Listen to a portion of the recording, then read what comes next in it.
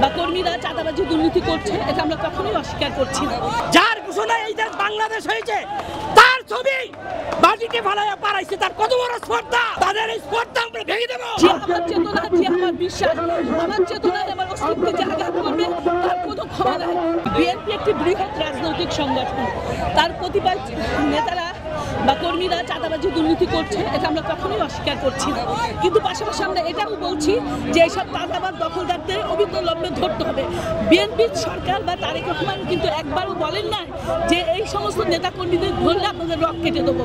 সুতরাং বিএনপির কথা খুবই স্পষ্ট, সে যে যত বড় নেতাই হোক, যত বড় কর্মী হোক, চাঁদাবাজ দখলদারের সাথে যুক্ত হলে তাকে আমরা দল থেকে বহিষ্কার করছি এবং তার জন্য দৃষ্টান্তমূলক শাস্তি আমরা দেব।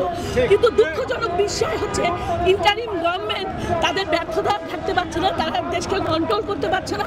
এই সমস্ত দায় বিভিন্ন ষড়যন্ত্রমূলকভাবে বিএনপির উপর চাপাতে চেষ্টা করছে।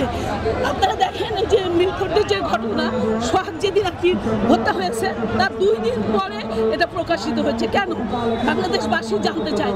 আর তারেক জিয়াকে নিয়ে যে অশ্লীল কথাবার্তা বলেছে, এটা রাজনীতি কিন্তু এক্সাম্পল হতে পারে না। আমরা একটা ঐক্যের রাজনীতিতে বিশ্বাসী, আমরা নির্বাচনমুখী দল। বিএনপি 18 বছর নির্বাচনের জন্য অনেক ত্যাগ স্বীকার করেছে, রাজপথে ছিল এবং থাকবে।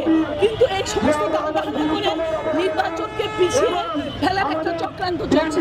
আমরা স্পষ্ট কথা যে নির্বাচন দিতে হবে এবং বিএনপি তার লক্ষ্যে পৌঁছানোর জন্য যে আমার চেতনা, যে আমার বিশ্বাস, আমার চেতনায় আমার অস্তিত্বে যে আঘাত করবে তার কোনো ক্ষমা নাই।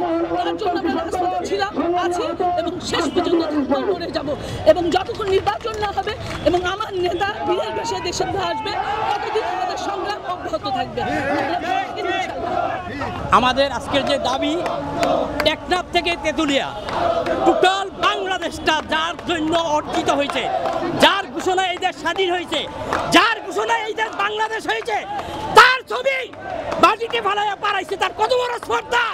বিএনপির প্রতিষ্ঠাতা তার ছবি মাটিতে ফেলাইয়া তারা পারাইছে, তাদের এই স্পর্ধা আমরা ভেঙে দেবো, তাদেরকে গুড়িয়ে দেবো।